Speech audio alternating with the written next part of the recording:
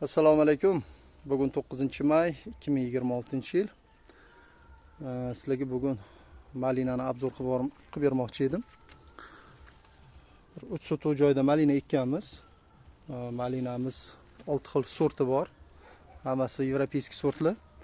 Amira, Enrasadira, Marivella, Mapepa, Himbatop, Delniva degan sortlar. Malinamiz уже qizarishni boshladi. Bundan xudo xolasa terim qildik. Bozorlarimizga olib chiqdik. Shunaqa ko'rinishda bo'lib turibdi hozir. Mana bu Himbatop degan sortimiz bo'ladi. Bular esa Enrasadira bo'ladi. Mana shunaqa ko'rinishda bo'ladi.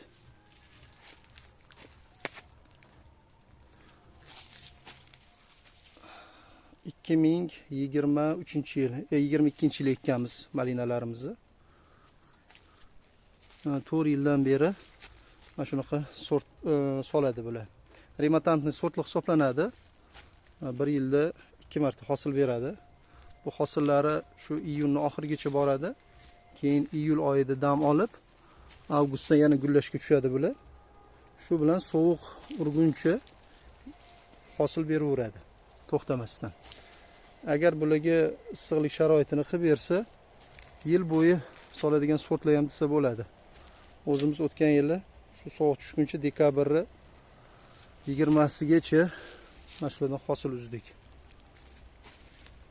Juda ajoyib mevalar ko'rishingiz mumkin. Mana shunaqa ko'rinishda.